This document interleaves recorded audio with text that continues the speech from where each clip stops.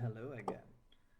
Um, I want to talk about the period after awakening for a bit because it's a topic that's not very often discussed in books or in Dharma talks or even online. And still, there's a lot of stuff going on after the subconscious mind has seen a new perception of reality. So, what happens after awakening or enlightenment? Well, first, there seems to be a big relief. Um, it's like weights falling off your shoulder. It's like you're free of the chains that have kept you from living your life. And it feels like you've seen it now, that there's nothing left to do. It's just good as it is. If you would lose your house tomorrow, it wouldn't be a problem. That's the way your mind perceives it to be right now. But as everything, that's impermanent. There's also a tendency to shout out to the world that you're different now and that you've seen it. And yeah, there's a tendency to be a little manic after opening of the heart. And well, actually makes sense because what you've seen is totally amazing, right? It's wow. It's perhaps the most intense and amazing thing you'll ever see in your life. Um, but you get used to it. So there is a period of feeling high. There seems to be an armor of equanimity and joy, and stressful events just seem to slip from your armor like it's nothing. How could you have even stressed about it? Why didn't why did it bother you before? Like it's not a big deal, is it? But then the armor begins to show some cracks. With the heart opening, there is also a huge amount of compassion out of nowhere. There's just this deep love for the planet and all living beings on it, and that's such a nice feeling. It's like your heart is truly broken open, but then there begin to be some cracks, and these cracks can be pretty intense. Um, so you felt totally amazing. And what happens then is that you just fall into this deep low in which the mind can be pretty depressed actually.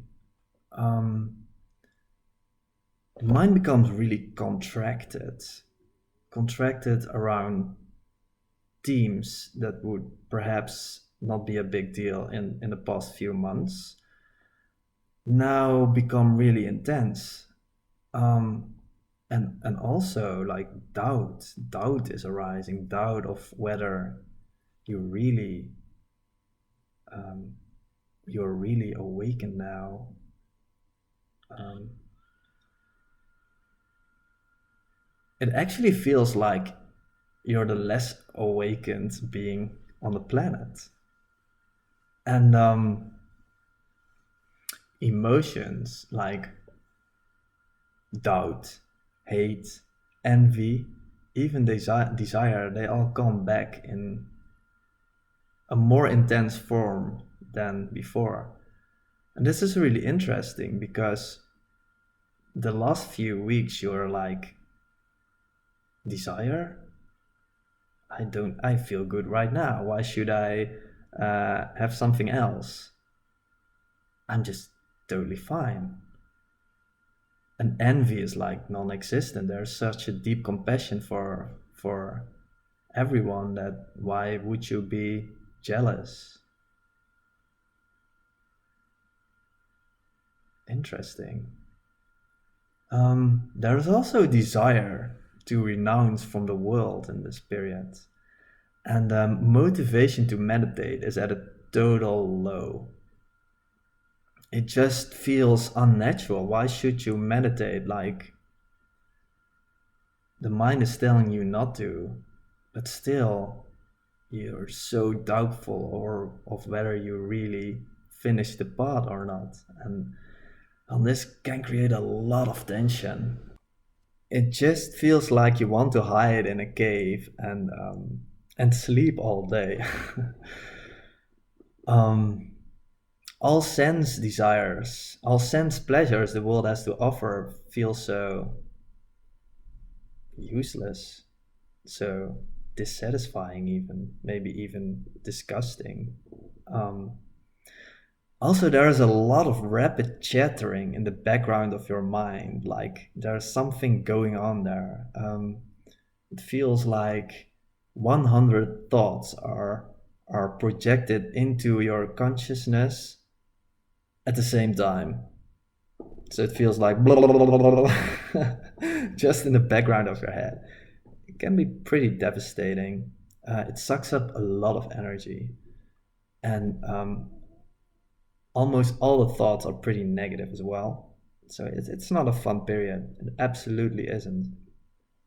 Um, yeah, so like I said before, in this period, yogis really doubt their attainment, and they feel less awakened than before. It's like the mind is sending its greatest armies to regain what he has lost, and that's control. Control by identification with a self. And what you've seen, of course, is that there is no thing that can be called a permanent you. Um, Although the mind is a total shit show, you still seem to be able to function in a normal way um, while you're interacting with other people. It's like part of your mind is greatly depressed, perhaps even 90%, and the other 10% is just looking at it and perhaps even smiling at it. And it feels weird because normally if you would be depressed, it felt like you were that depression, right? It's like there's no difference between feeling bad and the you. There's no one observing you feeling bad.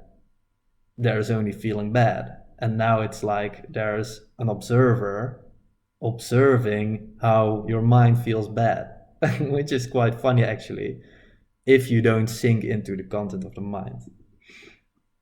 Um, it looks a lot like the Dark Night. So people on the internet and in books are talking much about the Dark Night of the Soul or the Dukkhañanas. But there are some pretty big differences between the period after awakening and the Dark Night.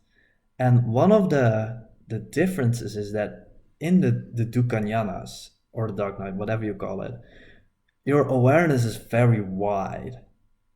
Um, the mind is actually not that contracted. There is a lot of negative content as well, but it's different. In this stage, after awakening, your mind is very contracted and you feel um, super normal.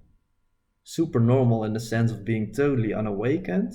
And during the dark night, you just know there's something going on that's different from before.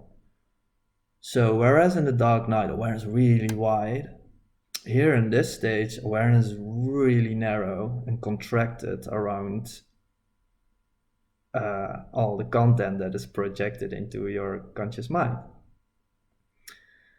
Another difference is that, like I said before, now there is something watching you being depressed. And in the dark night, there's just negative content. There's not really this identification from it yet because the self hasn't been seen through yet. Another difference is that during the dark night, although negativity can be very, very huge, um, stress from daily life is doesn't feel the same way as it did before. It's more like suffering from within. Um, but there's quite quite a bit of equanimity towards daily stressful events. In this stage, stressful events can be really big, like even bigger than before. Um, Although, again, there is an observer just watching what happens, still it can feel really, really intense to be shouted at by your boss, for example, and you just want to renounce from everything the world has to offer, and there could even be some hate out of nowhere for just a guy walking down the street, totally normal. It's just what it is. So how to explain what's happening? um well, I have an explanation, but it's just my personal opinion. um so there is no scientific explanation yet, and there is no um, even the Manual of Insight or Daniel Ingram, Mastering the Core Teachings of the Buddha, doesn't talk much about this period. So this is just from my personal experience. But what I perceive it to be is that part of your subconscious mind has seen this new reality. There is another part of your mind who's attached to the old reality.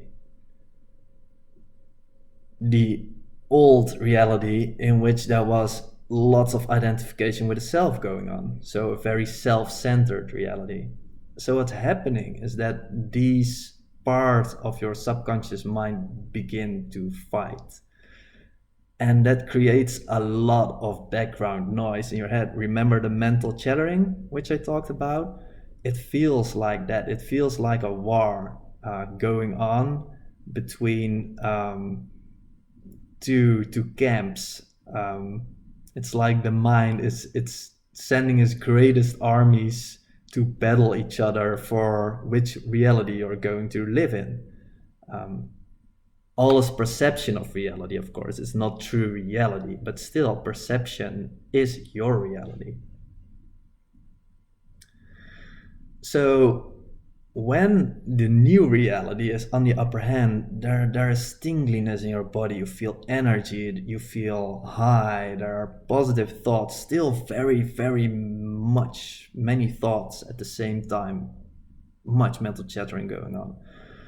And then there is a low again, and you feel just contracted and maybe a bit cold in your body, and the mind contracts about all little stuff that's going on in your daily life. And there can or there are very intense bodily sensations. You can really feel like a black ball in your chest of dread, of existential fear.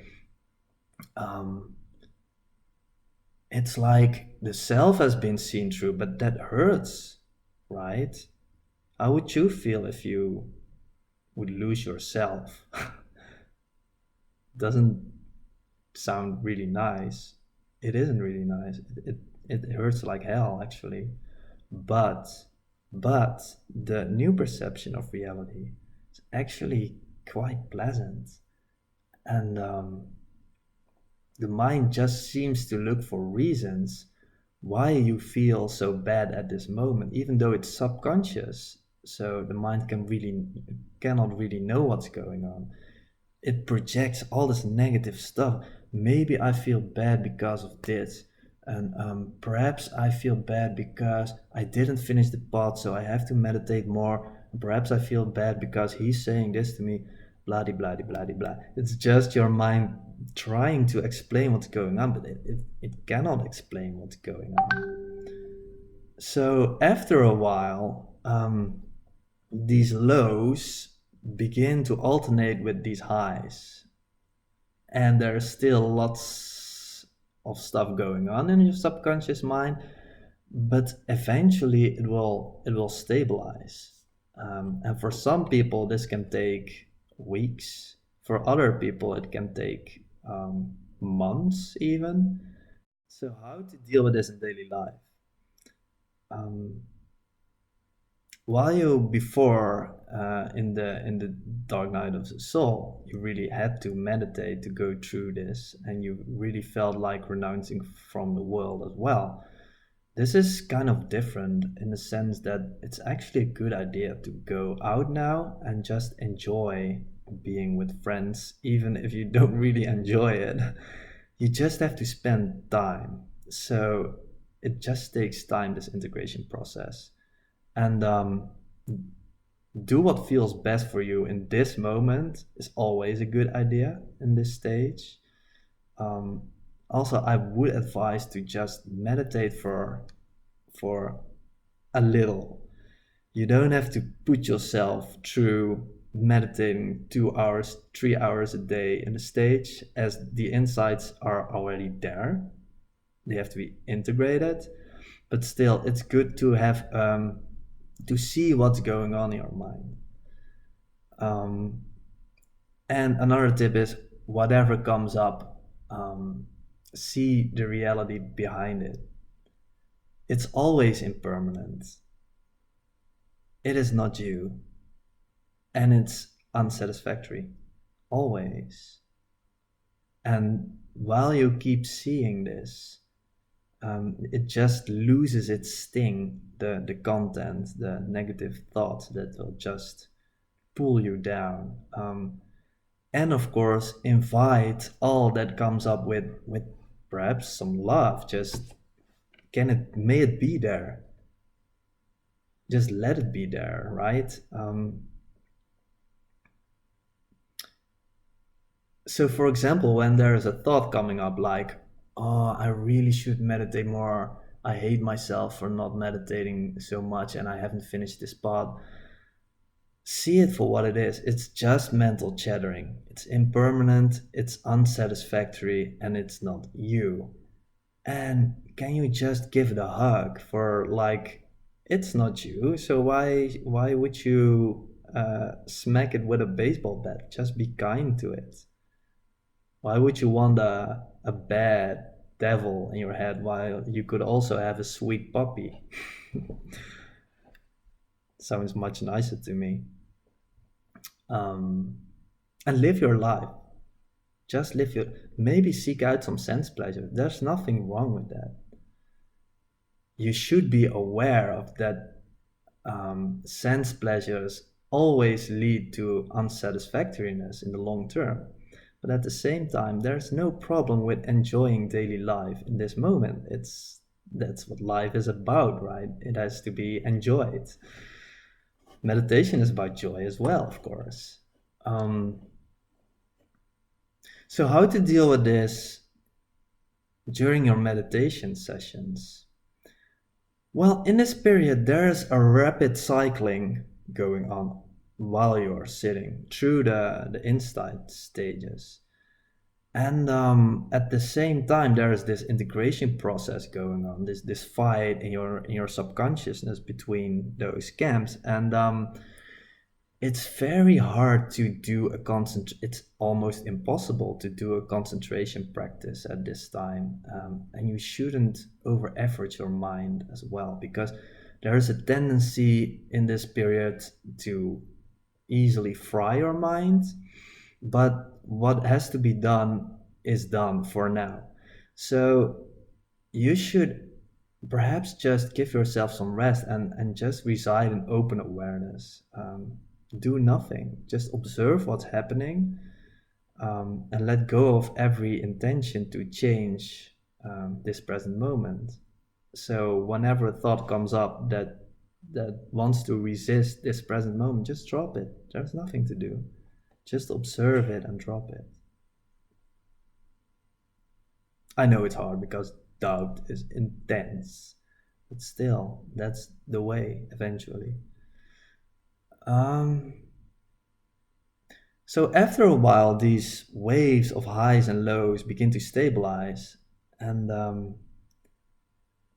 then you begin to feel pretty okay. It's not. It's you get kind of used to it pretty soon. um, and this is the moment when it's stable to consider of seriously starting the practice again, or just enjoy your new perception of reality. But it because it definitely is better than the old perception of reality. Anyway, eventually there will be some weird subconscious dharma pull just pulling at you until you return to the cushion and you start again. So perhaps enjoy this time, as you perhaps don't have as much control over it as you might think. So I hope this was helpful, and see you guys later.